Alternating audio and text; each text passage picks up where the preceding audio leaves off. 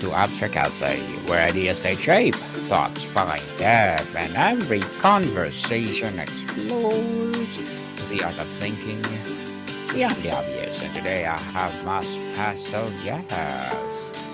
He is a fellow podcaster and a self-empowerment creative, singer, and host of the Inspirational Podcast, none other than Mr. Kevin Jackson.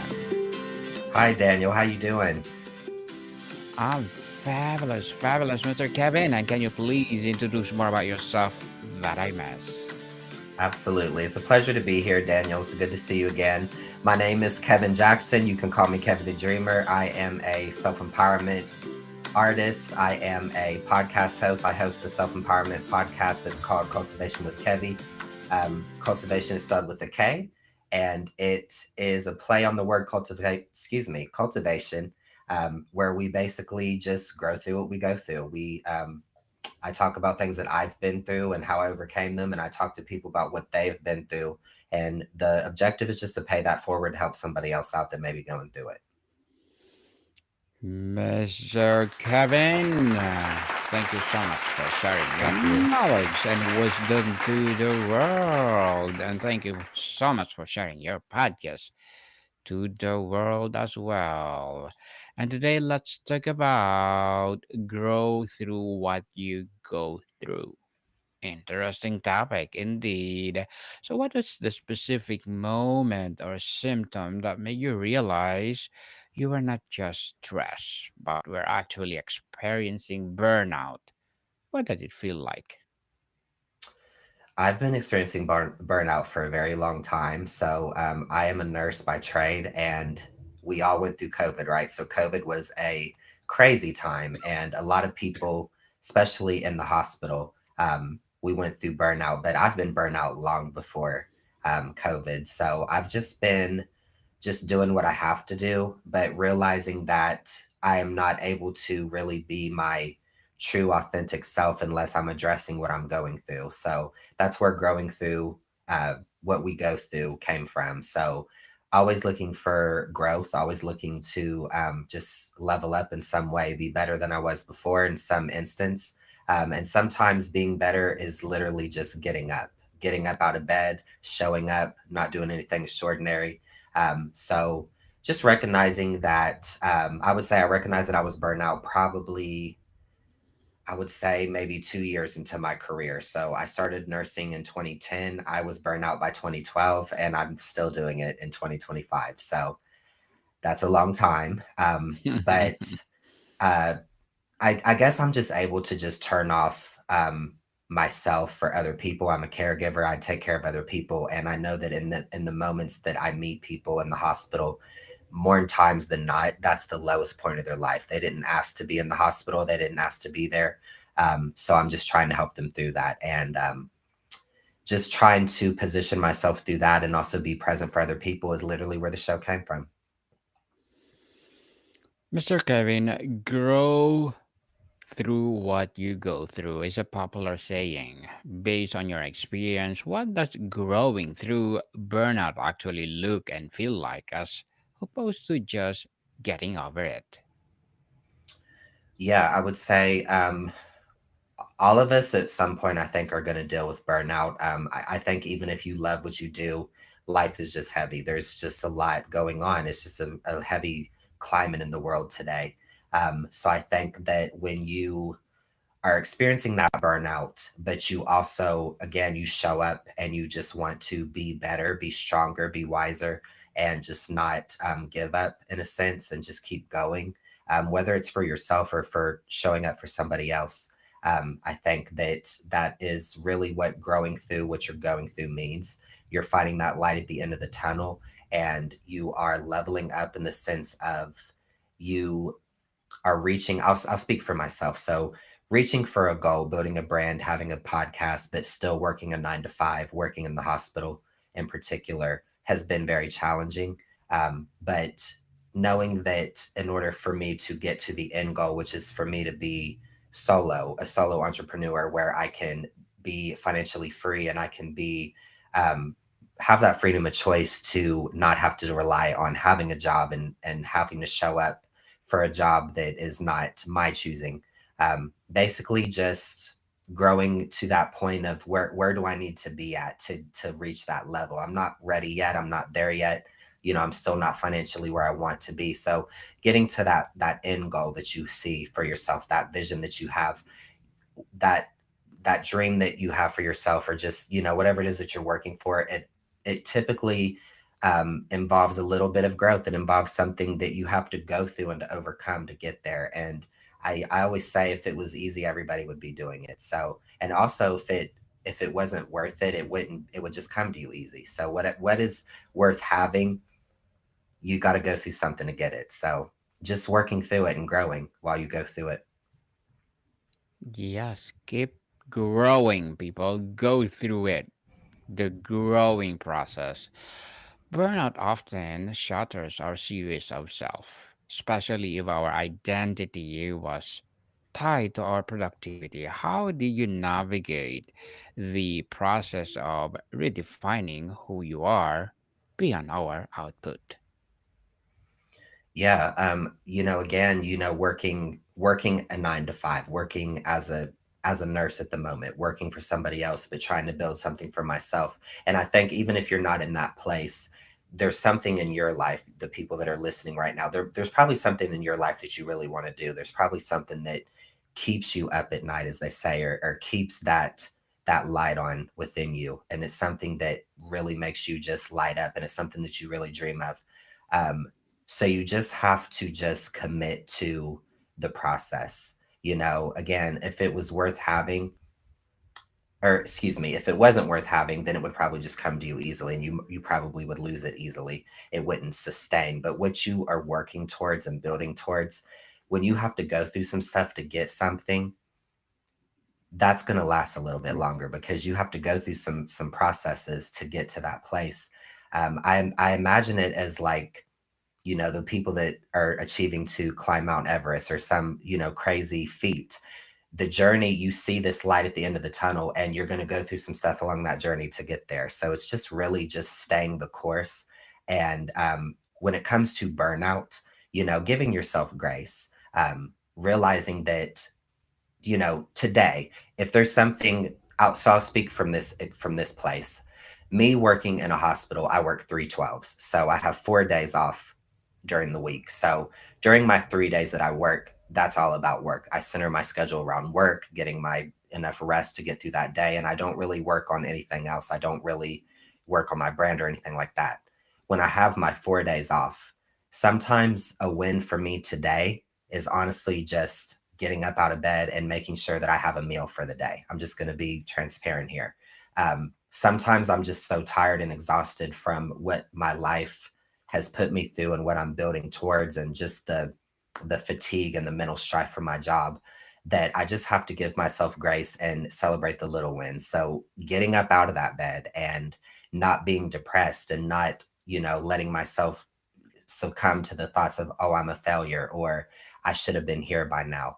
Um, burnout, I think, is a symptom of something that needs to change in your life. I think that when you're going through burnout, maybe you need to pay more attention to yourself. Maybe you need a little more self care. Maybe you need to change your path altogether. Maybe you need to just do something completely different. So just working through that feeling of, um,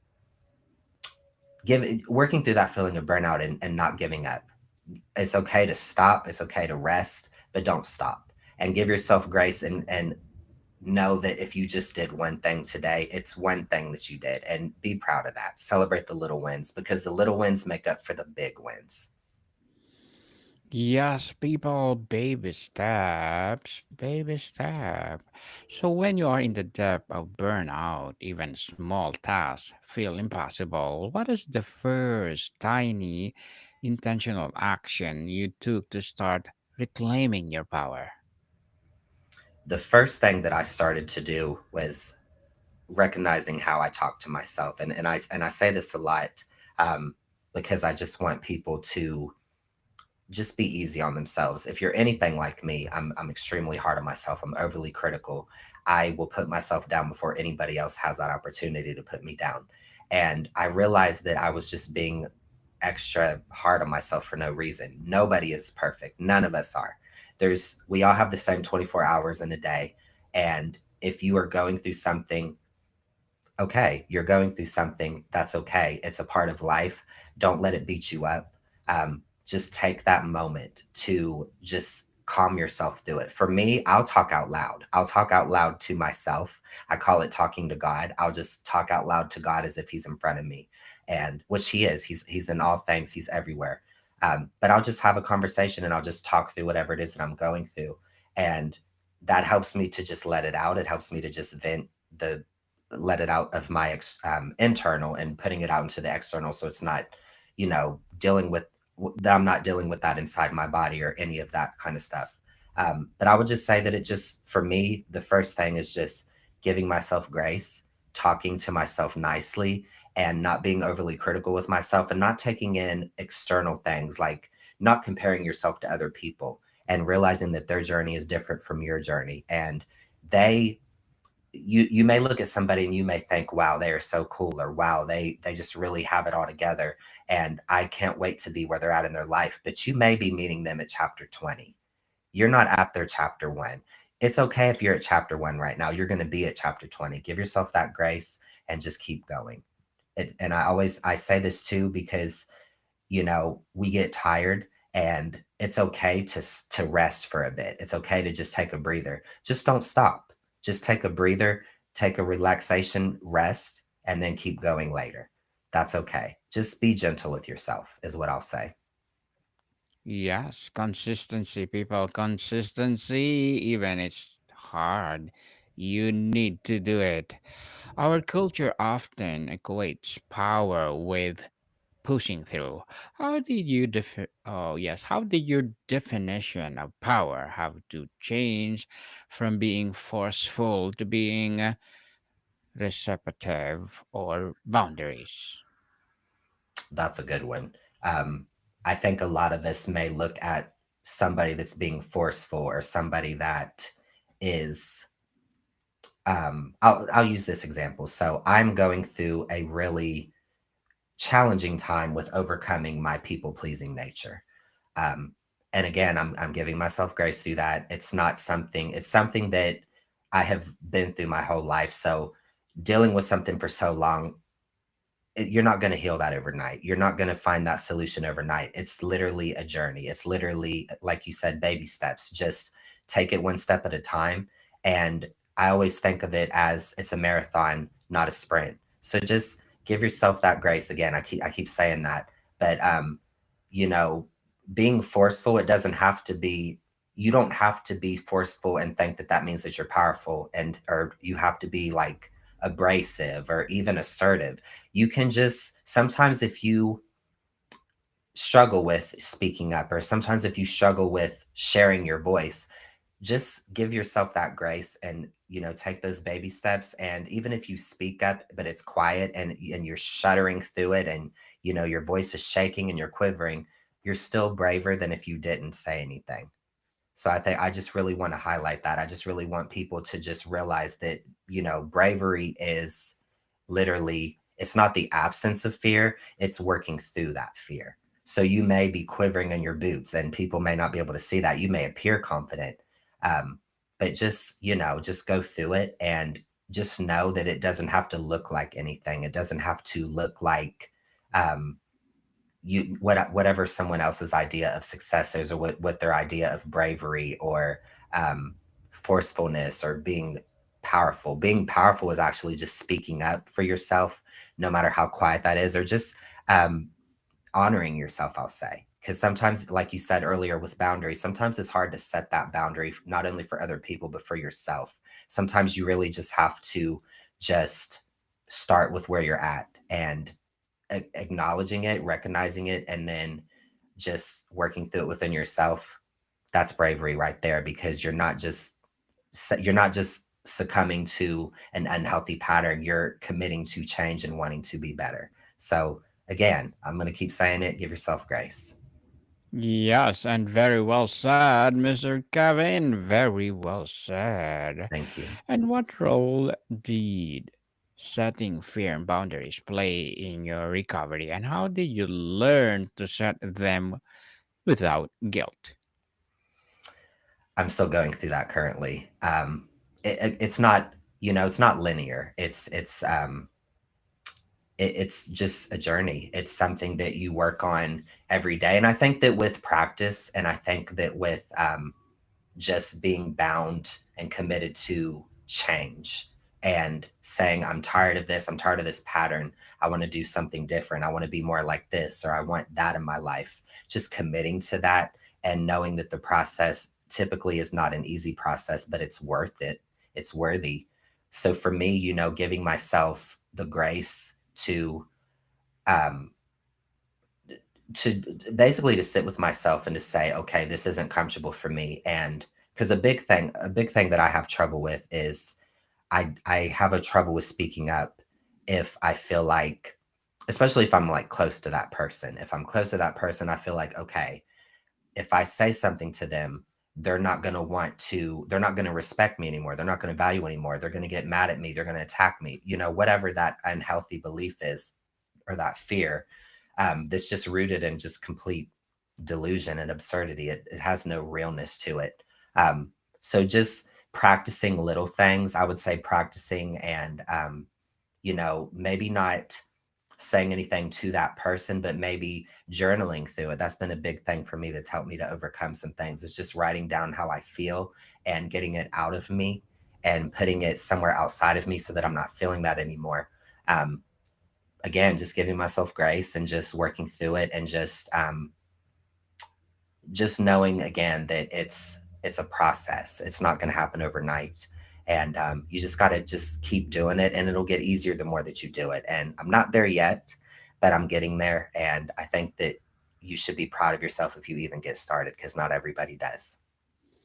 Yes, people, be proud of yourself, and as Mr. Kevin, give grace. On practical strategies and mindset shift, what are the 1 to 2 non negotiable daily or weekly practices that you rely on to protect your energy and maintain your well being as now?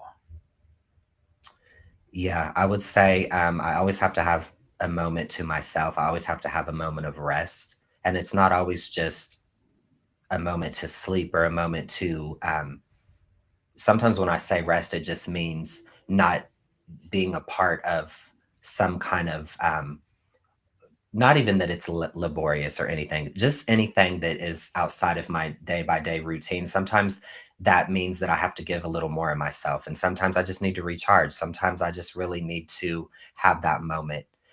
So I would say for me, my non negotiables are I have to have a moment of solitude. I have to have that moment with God where I can just work through it, process it. And um, I love my journal. I love to just write in my journal and just, just how did this make me feel, and what would I like to see more of, and what do I not want to feel anymore, what do I not want to surround myself with, or what type of people do just not really align with where I'm wanting to go anymore. So I would say solitude, and I would also say another non-negotiable would be, I would say, having that feeling of safety.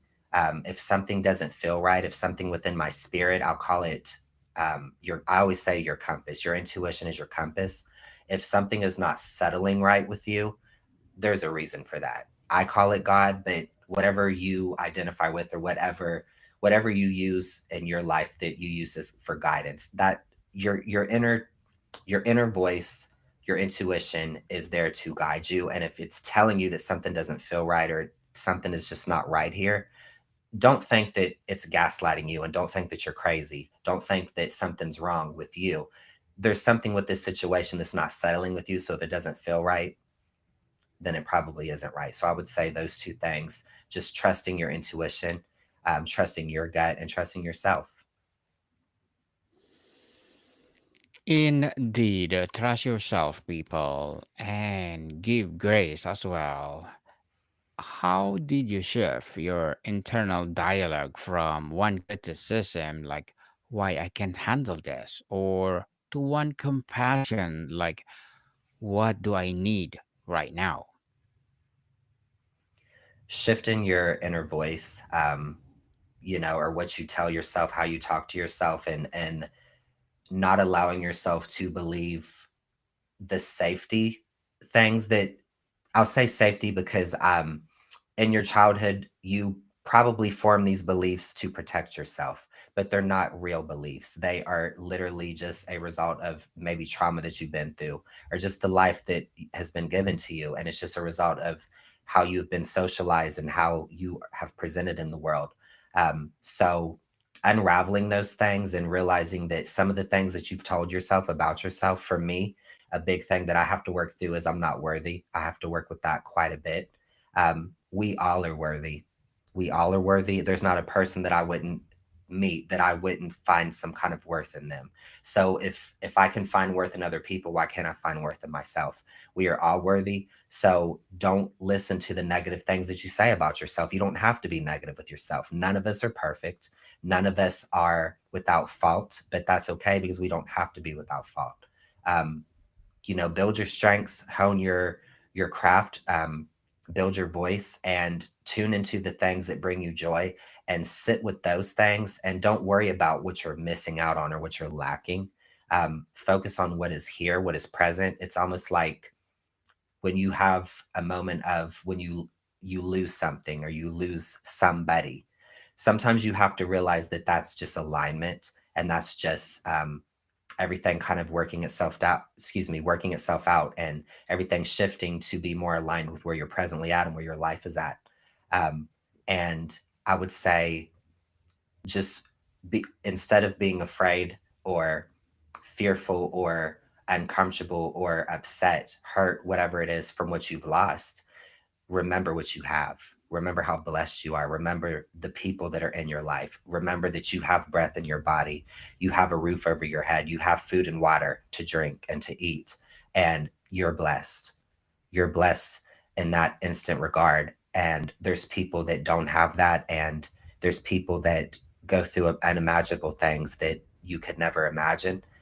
So just sit with yourself and just really honor and really be present with, I'm very blessed. I may be going through something right now, but that's okay.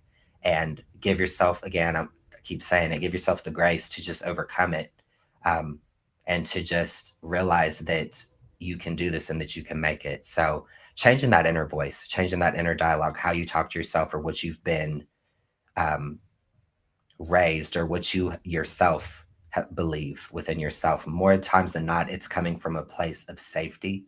It's coming from a place of you're just trying to protect yourself from that harm or from that hurt, and it's really just misaligned. It's really not even true. It's just something that is unreasonable, and don't give it don't give it any further ounce of your energy.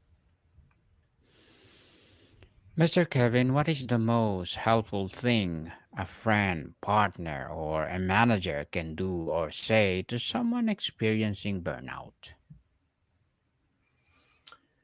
I'd say the most powerful thing that any of those people, whoever it is in your life, can say that can help you is to honor the reality of it, to not just sugarcoat it, or not even sugarcoat it, but just try to, work to solve it. Just honor that it is a real thing that you're feeling, and honor that it's okay that you're feeling it. And somebody that can help you to sit with that for a moment, and really sit with, how is it making you feel, and what do you want to gain from this. Again, I think that burnout is something that comes to us because something needs to change, something needs to shift. And it may be your employer, it may be where you're at professionally in your life, it may be personally in your life, it may be, you're burnout from, just an example, there could be somebody that, maybe they're a socialite, maybe they're very social, but they're burnt out from constantly being around people. They're drained, so they are burnt out, and their body is telling them, take a breath, take a breather, and really honor what you're feeling, and take that time to yourself. Have that solitude moment. Have that solitude to really just take in and download what it is that you need, what it is that you're looking for. And I think if somebody can honor that, can honor what you're going through, and help you come up with a solution, and help you find the awareness of where it's coming from, I think that's the best thing. Definitely, that's the bad thing to say. Burnout lives in the body. What practices help you reconnect with your body signals and release these stored stress? Something that helps me to release it from my body, I mentioned it earlier, is journaling.